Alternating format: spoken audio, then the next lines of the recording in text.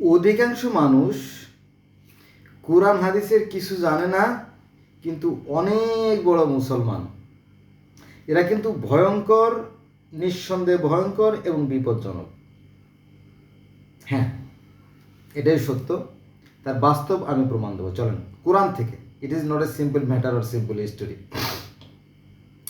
কোরআন বলতেছে, কোরআন বলতেছে যে আমি প্রত্যেক জাতির মধ্যে রাসূল প্রেরণ করেছি। কার কথা? স্বয়ং সৃষ্টিকর্তার কথা। কিন্তু হুজুর বলে না, এটা আমি মানতে রাজি না। কোরআন শুধুমাত্র আমাকে দেশে, আমাদের দেশে, এখানেই খামখেয়ালিপনা, সমস্যা এখানে সৃষ্টি।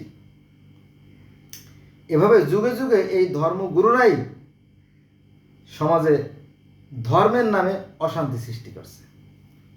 ধর্ম শান্তির কথা বলে, অথচ এই ধর্ম নিয়েই জগতে সবচেয়ে বেশি অশান্তি। দেখেন এই যে বর্তমানে ইরান যে ইসরায়েল যে যুদ্ধ হচ্ছে, আজকে হচ্ছে 20 তারিখ, আজকে হচ্ছে 20/6/2025 সাল শুক্রবারে, তাই কিছু কথা বলার সুযোগ হচ্ছে।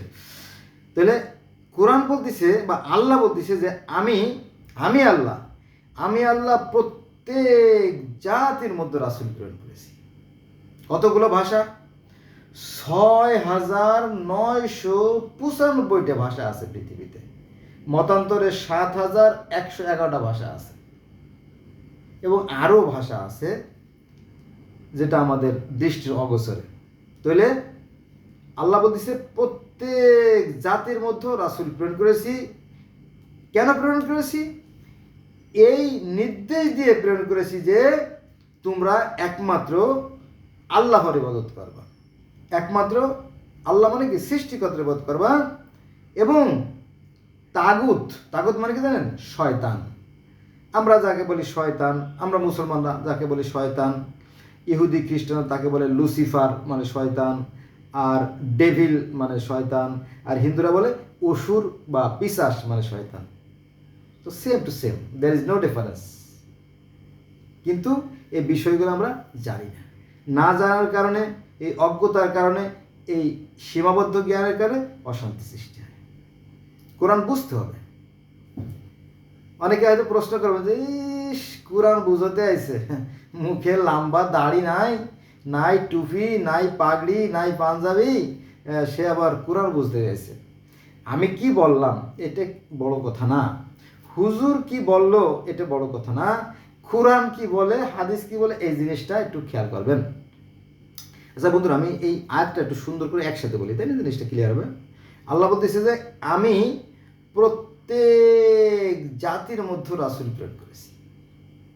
অর্থাৎ পৃথিবীতে যে 6,000 বা 7,000 ভাষা আছে, এর ভিতরে আমরা বর্তমানে যে ধর্মগুলো পাচ্ছি তার সংখ্যা হচ্ছে কত? 4,500, 4,315টা অথবা কাছাকাছি, তাই না?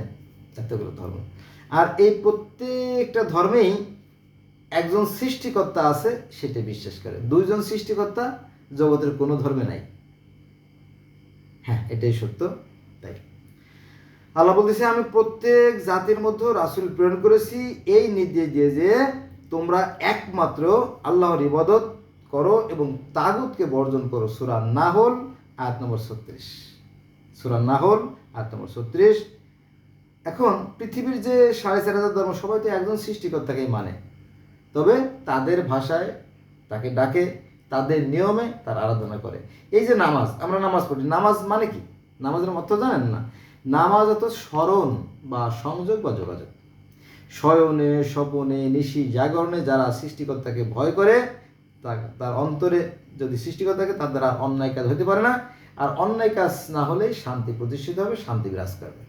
শান্তি আছে পৃথিবীতে, ভালো মানুষও আছে, শান্তি আছে, তবে এত সহজ না। হ্যাঁ, এটাকে সাধনা বলে। কি? সেই শান্তির পরিবেশ সৃষ্টি করতে হবে। Bye bye.